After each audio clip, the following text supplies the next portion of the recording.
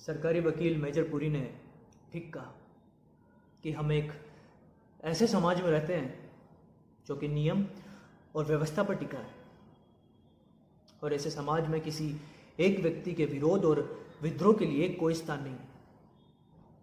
समाज ने, व्यवस्था ने, कानून ने विरोध प्रकट करने के लिए बना रखे हैं कई रास्ते,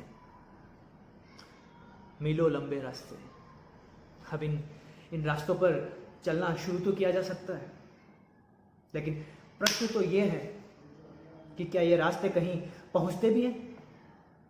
नहीं, बिल्कुल नहीं पहुंचते, या मैं यूं कहूं कि कभी नहीं पहुंचते।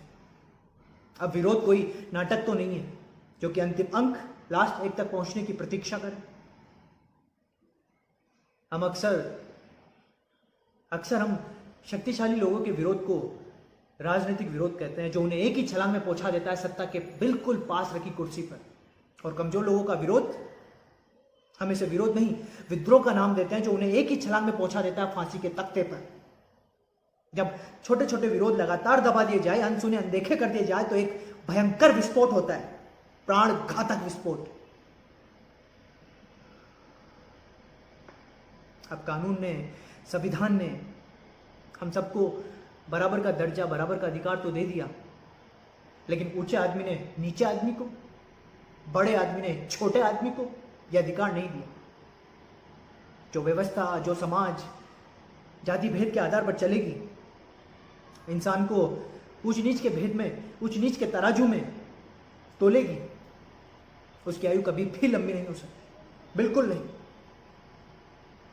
अरे बराबर की बात तो दूर, हम तो सोचने के स्तर पर भी अपने से छोटों को बराबर का अधिकार देने के लिए तैयार नहीं है। बराबर का अधिकार, हम तो आंख उठाकर अपनी ओर देखने तक का हक देने को तैयार नहीं है। और इसका कारण वे सामंती प्रवृत्तियां, सोचने के वे सामंती तरीके, फ्यूडल टेंडेंसीज, जिनसे हमें अभी तक आजादी नहीं मिली।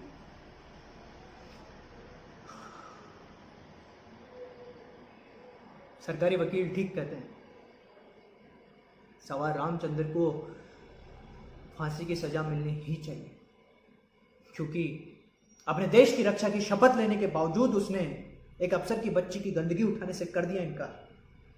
अपने देश की रक्षा की शपथ लेने के बावजूद उसने एक साधारण सी गाली हराम की सट खाने से कर दिया इनकार।